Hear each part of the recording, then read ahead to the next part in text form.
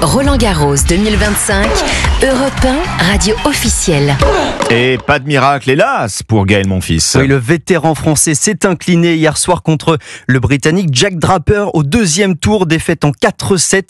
Gaël Monfils qui n'a pas l'intention de mettre un terme à sa carrière à 38 ans.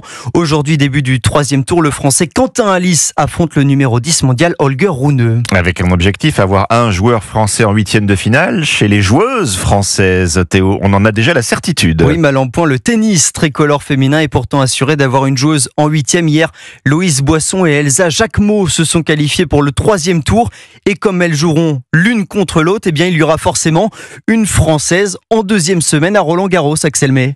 Qui l'eût cru au début de Roland-Garros? Une Française en huitième de finale. La mieux classée, Varvara Gracheva, seulement 72e mondiale, a été sortie dès son entrée en lice. Et puis voici que deux tricolores de 22 ans, bénéficiaires d'une invitation, se sont qualifiés hier l'une après l'autre sur un petit court annexe pour le troisième tour.